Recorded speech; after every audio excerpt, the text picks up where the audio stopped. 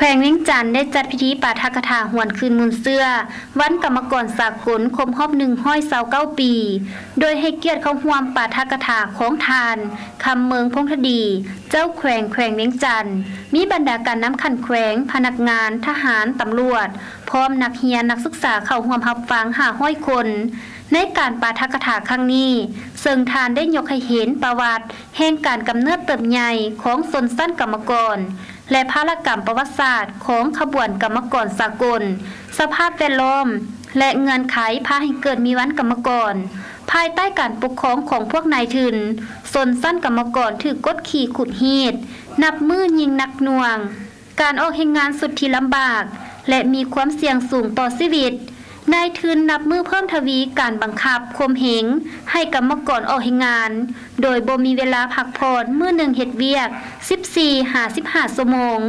การออกแห่งงานหนักแต่ค่าแห่งงานผัดถึกการป้องกันสุขภาพและความปลอดภัยแห่งงาน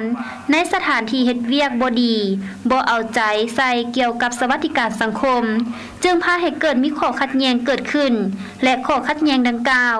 นับมือนับหุ่นแหงชนชั้นกรรมกรและชาวผู้ออกแห่งงานจำเป็นต้องได้จัดตั้งเป็นกลุ่มเป็นขบวนลุกฮื้อขึ้นต่อสู้กับชนชั้นนายทุนทวงให้พวกนายทุนเพิ่มเงินเดือนและลดพรชั่วโมงเฮ็ดเวียกลงขบวนการต่อสู้ครั้งทับอิฐแมนอยู่ประเทศอังกฤษในปี 1764 เพื่อปกป้องสิทธิและผลประโยชน์ของตนและเพื่อนำพากรรมกรต่อสู้ต้านพวกนายทุนชนชั้นกรรมกรในประเทศอังกฤษจึงได้จัดตั้งองค์การกรรมบาลเป็นตัวแทนของตนขึ้นจากนั้นขบวนการต่อสู้ของชนชั้นกรรมกรสาวผู้ออกแห่งงานนับมือมีการเติบใหญ่ขยายตัวอย่างบ่หยุดยั้งในเดือนพฤศจิกายนปี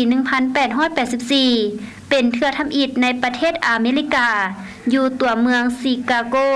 ชนชั้นกรรมกรและชาวผู้ออกแห่งงานได้มีการต่อสู้สมทบกับเนื้อในของแถลงการเรียกร้องให้พวกนายทุน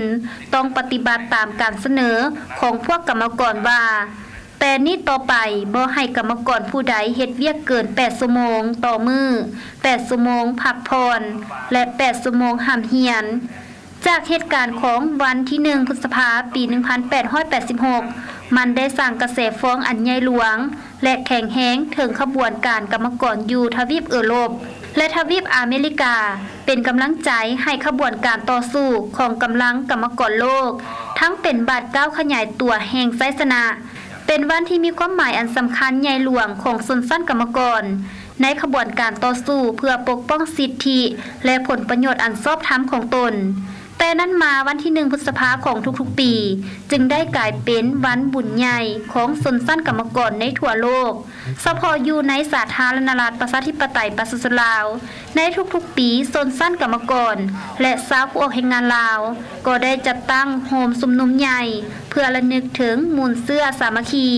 ต่อสู้ของชาวกรรมกรเพื่อเป็นการปกป้องสิทธิและผลประโยชน์อันชอบธรรมของผู้ออกแห่งงานและทั้งเป็นการปกป้องรักษาสันติภาพของโลกเป็นขีดหมายอันสำคัญของชนชั้นกรรมกร